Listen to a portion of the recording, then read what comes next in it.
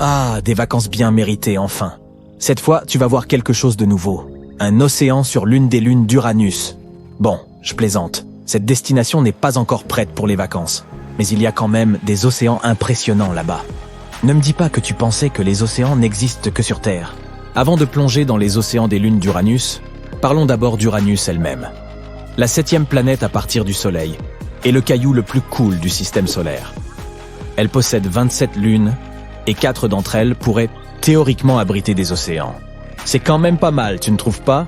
Et toutes ces lunes sont comme des mini-copies d'Uranus. Elles s'inclinent selon le même angle que leur planète mère, à 98 degrés pour être exact. Et Uranus est unique. Elle tourne autour du Soleil penchée sur le côté. Son équateur est donc presque à angle droit par rapport à son orbite. Quelle rebelle! Mais pourquoi Uranus est-elle ainsi? Certains astronomes pensent qu'elle s'est fait renverser lors d'une collision avec une autre planète. Et cet impact pourrait bien avoir créé toutes ces lunes. Un détail amusant, ces satellites ont des noms assez particuliers. Au lieu de personnages mythiques, la plupart portent des noms issus de l'œuvre de Shakespeare. Qui a besoin de Zeus quand on a Juliette et Dédémone? Découvrir ces lunes n'est pas chose facile. Elles sont très sombres et situées à des milliards de kilomètres du Soleil. C'est comme chercher une aiguille dans une botte de foin. Sauf qu'ici, l'aiguille est vraiment minuscule. Ces 27 lunes se répartissent en 3 groupes. 13 lunes intérieures, 5 majeures et 9 irrégulières. Les irrégulières sont des rebelles aux orbites rétrogrades, tandis que les autres sont progrades et suivent le mouvement d'Uranus. Les grandes lunes sont Miranda, Ariel, Umbriel, Titania et Oberon. Elles se trouvent toutes sur le plan équatorial d'Uranus et sont assez grosses pour être rondes. Elles ont des cratères, des canyons et des falaises. Elles se sont formées à la suite d'un impact gigantesque qui a fait basculer Uranus sur son axe. C'est pourquoi elles sont toutes inclinées. Et à cause de cette inclinaison, elles ont des saisons complètement folles, tout comme Uranus. Nous n'avons pas encore trouvé toutes les lunes de cette planète. Les petites lunes irrégulières sont rusées et difficiles à détecter. Peut-être y en a-t-il beaucoup d'autres. Mais voilà, ce qui est vraiment génial, nous ne sommes pas tout à fait sûrs de quoi sont faites ces lunes, mais nous pensons qu'il pourrait s'agir de roches et de glace. Miranda est la plus glacée, tandis que les lunes intérieures sont probablement poussiéreuses. Et celles qui se trouvent au-delà de l'orbite d'Oberon, ce sont sans doute des astéroïdes soit rocheux, soit glacés, soit autre chose. Mais ce qui distingue vraiment les lunes d'Uranus, c'est qu'elles sont toutes inclinées comme la planète. C'est fou!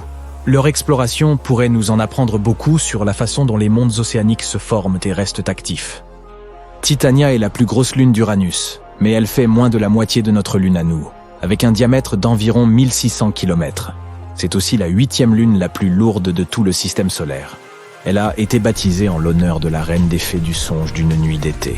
Titania est grise et présente des taches brillantes que les scientifiques pensent être du givre.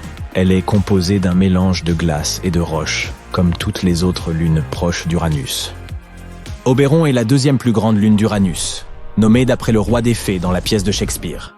Elle fait presque la même taille que Titania, et est également composée de glace et de roches.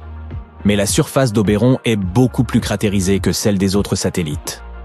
Umbriel et Ariel sont les 3e et 4e plus grandes lunes d'Uranus, avec des diamètres respectifs de 1168 et 1156 km. Umbriel porte le nom d'un mauvais esprit, et c'est la plus sombre des grandes lunes d'Uranus. Elle ne reflète que 16% de la lumière qui la touche. Les scientifiques maintenant ne savent toujours pas pourquoi elle est si sombre, mais ils pensent dans l'atome fond que l'anneau brillant qui borde son cratère pourrait être dû à des dépôts de givre. Ariel est la plus lumineuse des grandes lunes d'Uranus. Elle réfléchit plus d'un tiers de la lumière du Soleil. Elle doit son nom à un personnage d'un poème de Pope et d'une pièce de Shakespeare. Ariel a l'air d'être la plus jeune des lunes, car elle ne présente que quelques petits cratères dus à des collisions récentes. Miranda est la plus petite de toutes ces grandes lunes, avec un diamètre d'environ 470 km. La NASA affirme qu'elle serait composée de morceaux provenant de différents corps, comme un monstre de Frankenstein. Elle présente 3 grandes coronets, ou couronnes, uniques en leur genre. Elles sont légèrement cratérisées, avec des crêtes et des vallées, et sont séparées des parties plus anciennes et plus cratérisées par de nettes frontières. On y trouve également des canyons géants, près de 12 fois plus profonds que notre Grand Canyon. Les scientifiques ignorent pourquoi Miranda présente de telles caractéristiques, mais selon une théorie, elle aurait subi une grande collision, et se serait ensuite recomposé comme ça. Toutes ces grosses lunes sont verrouillées par rapport à Uranus, tout comme la Lune terrestre. Uranus possède des caractéristiques très intéressantes, mais c'est son système d'anneaux qui est vraiment cool. Et sache que toutes les lunes contribuent à la formation de ces anneaux. Uranus possède 13 lunes intérieures et 13 anneaux peu visibles, mais tous reliés entre eux comme une grande famille cosmique. Cordelia et Ophélie sont en quelque sorte les gardiennes de l'anneau le plus externe, Epsilon. Ces deux lunes bergères tiennent toutes ces particules en place. Et Cordelia est la plus proche de la surface d'Uranus. Mais le plus important, c'est qu'il y a au moins 8 autres petits satellites dans cette zone. C'est plutôt bondé. La NASA se demande encore comment ils ne s'écrasent pas tous les uns contre les autres. Les lunes intérieures sont composées à moitié de glace et à moitié de roche, mais nous ne savons pas grand-chose des lunes extérieures. La NASA pense qu'il pourrait s'agir d'astéroïdes capturés par l'attraction gravitationnelle d'Uranus. Quoi qu'il en soit, la planète et ses lunes sont assurément hors du commun. Apparemment, ces satellites pourraient abriter des océans salés sous leur surface gelée. Les plus éloignés d'Uranus, Titania et Oberon, pourraient même avoir des océans d'une profondeur de 48 km. C'est plus profond que la fosse des Mariannes. Les océans d'Ariel et d'Umbriel pourraient faire près de 30 km de profondeur. La NASA s'est servie d'un programme de modélisation informatique et des données de la sonde Voyager 2, lancée en 1977 pour comprendre la composition et la structure de ces lunes. On a alors découvert que Titania était suffisamment grande pour conserver sa chaleur interne et empêcher son océan de geler. Mais attention, les autres lunes ont peut-être elles aussi des océans chauds. Les chercheurs ont découvert des sources potentielles de chaleur dans leurs manteaux rocheux. Il pourrait en jaillir un liquide chaud qui maintiendrait la température des océans. Et ces océans pourraient même être suffisamment chauds pour abriter la vie. L'étude a également révélé que des chlorures et de l'ammoniac abondent probablement dans ces mers lunaires. L'ammoniac est comme un antigel et les sels présents dans l'eau pourraient également contribuer à maintenir des températures élevées. Mais est-ce vraiment suffisant pour que ces lunes pourtant glacées contiennent de l'eau liquide propice à la vie cellulaire ? Tout repose évidemment sur un mélange équilibré de toutes les substances présentes et sur la position du satellite par rapport à sa planète mère et au Soleil. Et si ces lunes possèdent réellement des océans, cela signifie qu'il pourrait y avoir d'autres mondes océaniques dans notre système solaire et même au-delà.